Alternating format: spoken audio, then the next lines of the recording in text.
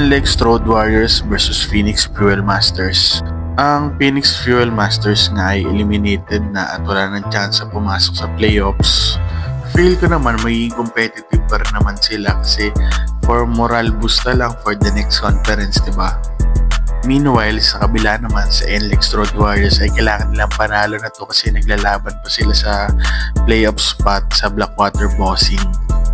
Pareho ngang 3-5 ang standing ngayon ng NLEX Road Warriors at Blackwater Bossing, so naglalaban nga sila para makapasok sa playoffs.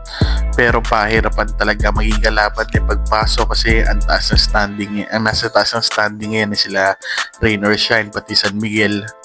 Pero ang prediction ko sa game na to, mananalo si NLEX Road Warriors kasi mas kailangan nila ang panalo na to kaysa sa Phoenix. Sigurado naman di pa pahig sila Robert Bolick matalo sa game na to at gusto talaga nila makapasok sa playoffs. Port Batang Pair versus Magnolia Templados Hotshot. Parehong team nga ay naglalaban para sa 4th spot para makapasok sa playoffs. Pahirapan nga para sa Northport Batang Pair para makapasok yung playoffs kasi ngayon laban nila Magnolia tapos next game nila TNT, sobrang bibigat ng mga kalaban nila. Tapos yung pa na-injured pa yung import nila, so di natin alam kung sino, walang news kung sino yung papalit nilang import. Pero syempre magkakatalo na naman sa chemistry.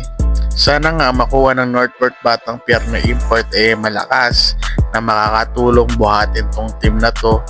Pero for sure, syempre team to ni Arvin Tolentino, so bubuhatin niya talaga to para lang makapasok talaga sa playoffs. Ang issue lang talaga sa game na to ay alam naman natin ang Northport Batang Pair ay isa sa mga farm team ng SMC Group.